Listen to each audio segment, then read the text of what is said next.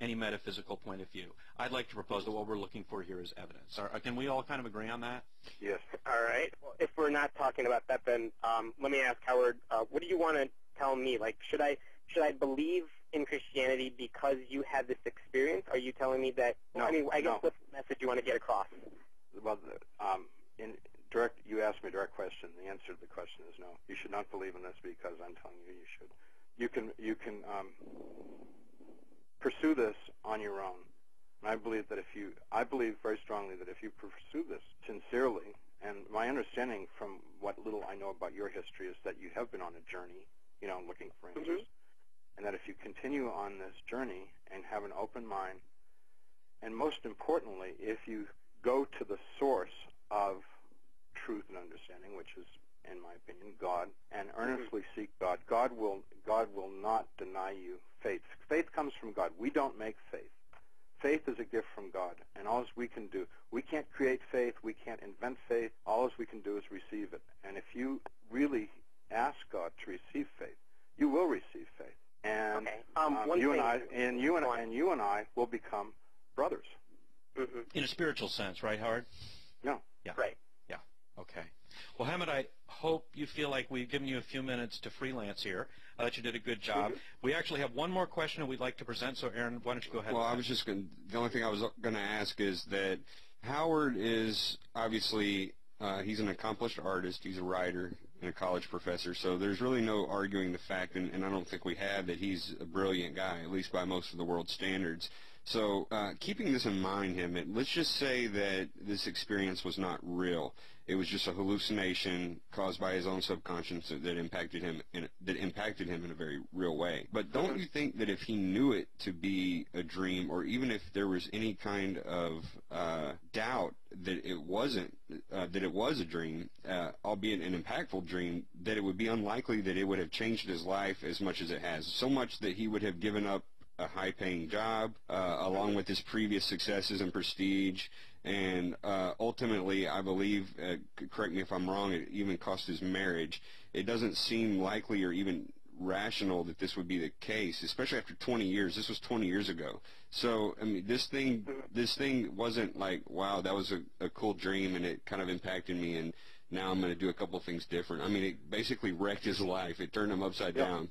And right. I'm not claiming that it is a dream. I think Howard really did experience that for himself anyway.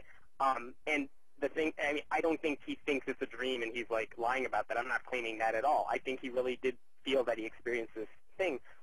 But I mean, they've done studies on this as well that shows that if you stimulate the brain in a certain area of it, the angular gyrus, it can cause this out-of-body experience. I mean, they've done it. They've done the research, and people do have this experience that feels it's not a dream. It's different than a dream. Hammett, let me interject. I've heard that before. If I was melancholic and sometimes suicidal before this experience, and if you could manufacture this experience and change people so that they could have a blissful experience that would give their life purpose and meaning and take away all their melancholy and cause them to quit drinking and quit smoking and change their whole mindset, people would be doing it. The claim that you can stimulate the brain with drugs or electrodes and give people these experiences, it's not true. You can stimulate the brain and people will see a flash of light.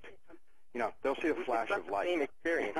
Whoopie-doo. It's the same experience you had with God and Jesus, and that could really change you, but a similar type of just out-of-the-body type of experience. That's very different. And also, I mean, why isn't everyone else doing it if it's as simple as stimulating? Because I don't think everyone's in that position that you were in beforehand. I mean, I'm not a smoker. I'm not a drinker. I don't have the rough, I guess, path that you're saying that you had beforehand. So I don't have any need to do it.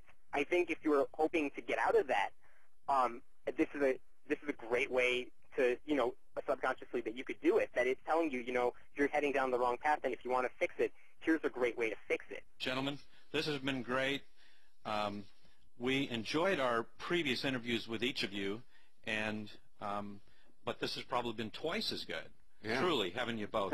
No, I'm really serious. It's really been great. And here's what I want you guys both to remember, and then also our listening audience. We said at the beginning of the show that probably nobody's going to change their point of view on the show, and frankly, I have never, actually I was commenting to Lael, our normal co-host, at some point in the recent past, that actually I've never one time in my life seen a debate or a dialogue on TV or in the Senate or wherever that one side has finally gone, oh my gosh, maybe the Democrats are right. And so we do make these changes. Changes are very personal things, and they do take time. And so we certainly didn't expect that there would be any changes of viewpoint here. But here's what we did give our listeners: we gave two well thought out points of view on the most important questions of life, and particularly as it reflects on the experience you've had, Howard. And so we'd like to thank both of you guys for that.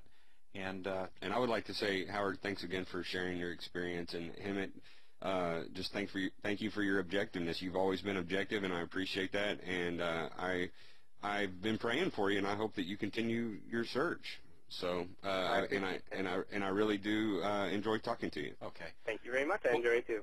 Hemant, thanks so much for being on the show. Howard, great to talk to you again, and we'll catch Thanks, up. guys. We'll catch up with you guys down the road. Okay. Okay. Thank you. Bye bye. All right. Well, we're going to take a break. This is The Things That Matter Most. This is Aaron Edwards And Rick Davis. and we'll be right back.